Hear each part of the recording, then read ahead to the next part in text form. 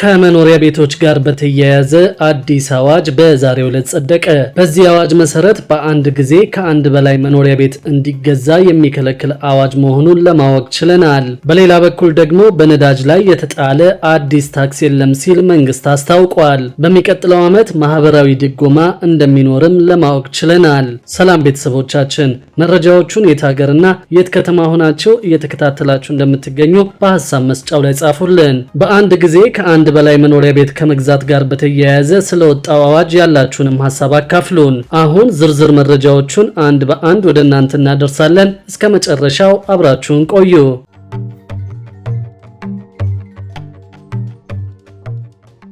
በነዳጅ ላይ የተጣለ አዲስ ታክስ የለም ሲል መንግስት አስታውቋል። በሚቀጥለው ዓመት ማህበራዊ ድጎማ እንደሚኖርም ለማወቅ ችለናል። የገንዘብ ሚኒስትሩ አህመድ ሽዴ በነዳጅ ላይ የዋጋ ጭማሪ የሚያስከትል አዲስ የተጣለ ታክስ የለም ሲሉ ገልጸዋል። የህዝብ ተወካዮች ምክር ቤት በዛሬው ዕለት ባካሄደው 41ኛ መደበኛ ስብሰባ በፌዴራል መንግስት የ2018 ረቂቅ በጀት ላይ ውይይት አድርጓል። ረቂቅ በጀቱን በተመለከተ ከምክር ቤት አባላት ለተነሳው ጥያቄ ምላሽ እና ማብራሪያ የሰጡት አቶ አህመድ ሺዴ ከዚህ በፊት ምክር ቤቱ በነዳጅ ላይ ከጣለው ታክስ ውጪ ሌላ አዲስ ታክስ የለም ነው ያሉት። ምክር ቤቱ ከዚህ በፊት ይህንን የነዳጅ ታክስ ያጸደቀ መሆኑን ጠቅሰው ሙሉ በሙሉ ወደ መሰብሰብ አለመገባቱንና ከጸደቀው የታክስ መጠን ውስጥ ግማሹ በነዳጅ ድርጅት በኩል ሲሰበሰብ እንደነበር አስታውሰዋል። በሚኒስትሮች ምክር ቤት ውሳኔ ይህ የሚሰበሰበው ታክስም መልሶ ለድጎማ እንዲውል መደረጉን አብራርተው አሁን ላይ የአሰራር ለውጥ መደረጉን ተናግረዋል። አሰራሩ በታክስ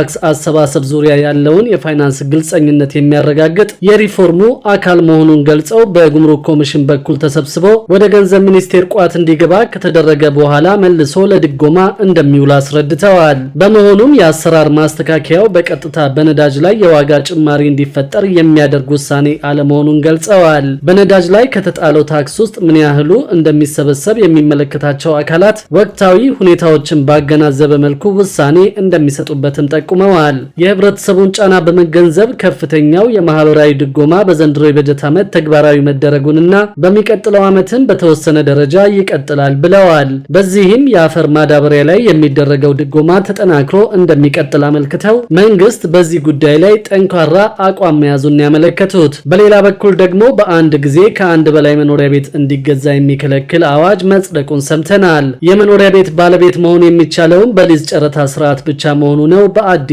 አዋጅ ላይ ተገለጸው። የህዝብ ተወካዮች ምክር ቤት ዜጎች በአንድ ጊዜ ሊኖራቸው የሚችለው የመኖሪያ ቤት ከአንድ በላይ እንዳይሆን የሚደነግግ አዋጅን አጽድቋል። ምክር ቤቱ የውጭ ሀገር ዜጎች የመኖሪያ ቤት ባለቤት የሚሆኑበትን አግባብ ለመደንገግ የወጣውን አዋጅ አጽድቋል። ባለፈው ግንቦት ወር አጋማሽ ላይ ለፓርላማው ቀርቦ የነበረው አዋጅ ዛሬ ሲጸድቅ ከአዋጁ ስያሜ ጀምሮ የተወሰኑ ማሻሻያዎች በቋሚ ኮሚቴዎች ተደርገውበታል። የቀድሞው ረቂቅ ከመኖሪያ ቤት በተጨማሪ የውጭ ዜጎች የማይንቀሳቀስ ንብረት ባለቤት የሚሆኑበትንም ድንጋጌዎች ይዞ ነበር።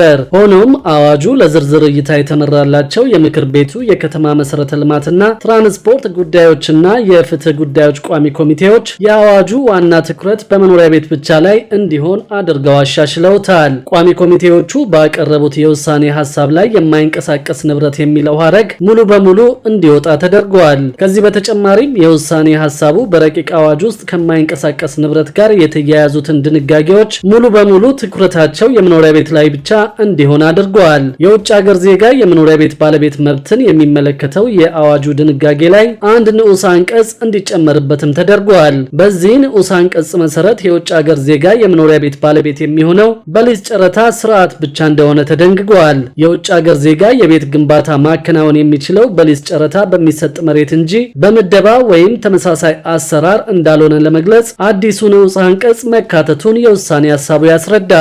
ከዚህ በተጨማሪም የውጭ ሀገር ዜጎች ሊኖራቸው የሚችለው የመኖሪያ ቤት ቁጥር ላይም ገደብ ተቀምጦበታል። ከአንድ ወር ገደማ በፊት ለፓርላማ በቀረበው ረቂቅ አዋጅ የውጭ ሀገር ዜጋ በአንድ ጊዜ የሚኖረው ከፍተኛ የማይንቀሳቀስ ንብረት ቁጥር በመመሪያ እንዲወሰን የተተወ ነበር። ነገር ግን ቋሚ ኮሚቴዎቹ ያቀረቡት የውሳኔ ሐሳብ ማንኛውም የውጭ ሀገር ዜጋ በአንድ ጊዜ የሚኖረው የመኖሪያ ቤት ቁጥር አንድ ነው የሚል ገደብ አስቀምጧል።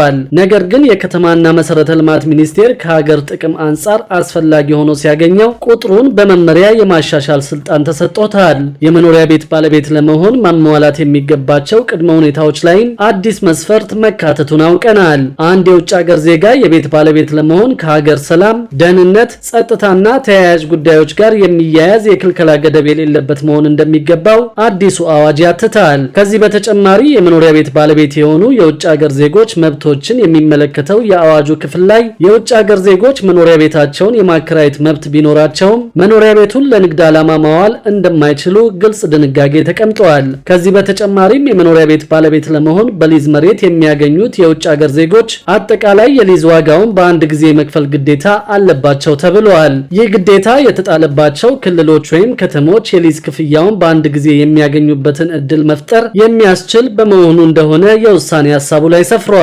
በረቂቅ አዋጁ የውጭ ሀገር ዜጎች የሊዝ፣ የቤት ግዢ፣ የግንባታ ፈቃድ እንዲሁም ደግሞ ተያያዥ የመንግስታዊ አገልግሎት ክፍያዎችን በውጭ ምንዛሪ ብቻ ነበር መክፈል ያለባቸው። በውሳኔ ሀሳቡ መሰረት ዜጎች የሊዝ፣ የቤት ግዢ፣ የግንባታ ፈቃድ ክፍያዎች እንዳሉ ሆነው በውጭ ምንዛሪ መክፈል የሚጠበቅባቸው መንግስታዊ አገልግሎት ግን የመጀመሪያው ዓመት አገልግሎትን ብቻ እንዲሆን ተደርጓል። አዋጁ በረቂቅ ውስጥ ያልነበረና ለክልሎች ስልጣንና ኃላፊነት የሚሰጥ አዲስ አንቀጽንም አካቷል። በዚህ መሰረት ክልሎች የአዋጁን ድንጋጌዎች በክልላቸውና በከተሞቻቸው የማስፈጸም ለተግባራዊነቱ ተገቢ ክትትልና ድጋፍ የማድረግ የውጭ ሀገር ዜጎች ንብረት ይዞታን በተመለከተ በኢንፎርሜሽን ቴክኖሎጂ የታገዘ ዘመናዊ አሰራር የመመስረት ኃላፊነት አለባቸው። በሌላ በኩል ደግሞ ሳፋሪኮም ኢትዮጵያ በሚቀጥሉት 3 ዓመታት ተጨማሪ 1.5 ቢሊዮን ዶላር ኢንቨስትመንት ፈሰስ እንደሚያደርግ አስታወቀ።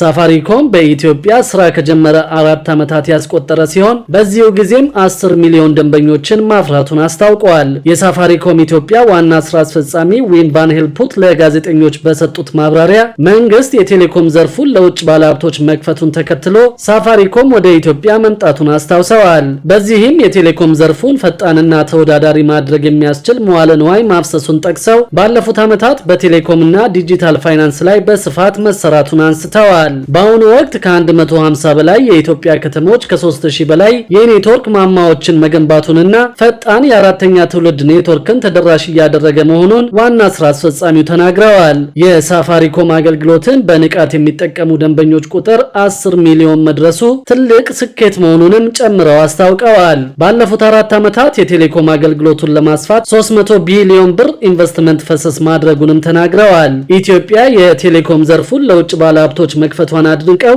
ሳፋሪኮም ኢትዮጵያ በቀጣይ ኢንቨስት ማድረጉን አጠናክሮ እንደሚቀጥል አረጋግጠዋል። የሳፋሪኮም ኢትዮጵያ የውጭ ግንኙነት ጉዳዮች ኃላፊ ዶክተር አንዱዓለም አድማሴ በበኩላቸው መንግስት የቴሌኮም ዘርፉን ለውጭ ባለሀብቶች መክፈቱ በርካታ እድሎችን ይዞ እንደመጣ አስታውቀዋል። ፈጠራና ኢኖቬሽንን የበለጠ በማሳደግ ዲጂታል ኢትዮጵያን እውን የማድረግ ጥረትን ሳፋሪኮም ለማገዝ ቁርጠኛ መሆኑን አመልክተዋል። በተለያዩ የአገሪቱ አካባቢዎች ተደራሽነቱን በማስፋት መሰረተ ልማትን ለማስፋትና የደንበኞችን ፍላጎት ለማሟላት እንደሚሰራም ተናግረዋል። በሚቀጥሉት 3 ዓመታት አገልግሎቶችን ለማስፋት ተጨማሪ 1.5 ቢሊዮን ዶላር ኢንቨስት እንደሚያደርግና ተደራሽነቱንም በእጥፍ እንደሚጨምር አመልክተዋል። ሳፋሪኮም ኢትዮጵያ ከ20 ሺህ በላይ ለሚሆኑ ዜጎች ቋሚና ጊዜያዊ የስራ ዕድል መፍጠሩን አመልክተው በሚቀጥሉት 3 ዓመታት የደንበኞቹን ቁጥር ከ50 እስከ 70 ሚሊዮን ለማድረስ በትኩረት እንደሚሰራም ገልጸዋል። በሌላ በኩል ደግሞ ለጤና ችግር የሚያጋልጥ የተበላሸ በርበሬና ዱቄት በወፍጮ ቤቶች እየተሸጠ መሆኑን ሰምተናል። በአዲስ አበባ ከተማ በአንዳንድ ወፍጮ ቤቶችና የንግድ ቦታዎች ላይ የተበላሸ ዱቄትና በርበሬ እየተሸጠ በመሆኑ ማህበረሰቡ ከፍተኛ ጥንቃቄ ማድረግ እንደሚገባው የአዲስ አበባ ከተማ ምግብና መድኃኒት ባለስልጣን አስታውቀዋል። በባለስልጣኑ የቁጥጥር ዘርፍ ባለሙያ አቶ ሞላ ታደለ እንደገለጹት ለጤና ከፍተኛ ችግር የሚያስከትሉ ዱቄትና በርበሬ በአንዳንድ ወፍጮ ቤቶችና በንግድ ቦታዎች ላይ ሲሸጡ በቁጥጥር ስር ውለዋል። በዚህ ዓመት ማለትም በ10 ወራት ውስጥ ብቻ ግምቱ ከ4.6 ሚሊዮን ብር በላይ የሚሆን 257 ኩንታል የተበላሸ በርበሬ ሲሸጥ በማህበረሰቡ ጥቆማ በመያዙ እንዲወገድ መደረጉን ጠቁመዋል። በተጨማሪም የጤና ችግር የሚያስከትል ከ37 ኩንታል በላይ የሚሆን የምግብ ዱቄት በተደረገ ክትትል መያዙንም አብራርተዋል። በተለይም በአዲስ ከተማ ክፍለ ከተማ፣ በልደታ፣ በአቃቂ ቃሊቲ፣ በኮልፌ ቀራኒዮና በጉለሌ ክፍለ ከተሞች መሰል ምርቶች የተገኙ መሆኑን ባለሙያው ገልጸዋል። ለግል ጥቅማቸው ሲሉ ማህበረሰቡን ለጤና ችግር የሚያጋልጡ ማለትም የተበላሸ ዱቄትና በርበሬ በወፍጮ ቤት ውስጥ ንጹህ ነው በማለት እንደሚሸጥ ተገልጿል። በእንደዚህ አይነት ህገወጥ ተግባራት ተሰማርተው የተገኙ አካላት ላይ እርምጃ እየተወሰደ መሆኑን አንስተው ቁጥራቸው ቀላል የማይባል ነጋዴዎችን አስተዳደራዊ እርምጃና የብቃት ማረጋገጫ ፈቃዳቸው እንዲሰረዝ መደረጉን ተናግረዋል። አክለውም በስኳር ዘይትና ጨው ላይ መሰል ችግር እየተገኘ መሆኑን ጠቁመዋል። በመሆኑም ይህንን ህገወጥ ድርጊት ሙሉ ለሙሉ ለመቆጣጠር ማህበረሰቡ አስፈላጊውን ትብብር ማድረግ አለበት ሲሉ ገልጸዋል። ክቡራትና ክቡራን የአዲስ ቢዝነስ የዩቲዩብ ቻናል ተከታታዮቻችን ይህንን ቻናል ሰብስክራይብ ሳታደርጉ የምትከታተሉን ከሆነ ቢዝነስና ሌሎች ተያያዥ ጉዳዮችን በተመለከተ አዳዲስ መረጃ ለማግኘት የዩቲዩብ ቻናሉን ሰብስክራይብ በማድረግ ቤተሰብ እንድትሆኑም በትህትና እንጠይቃለን።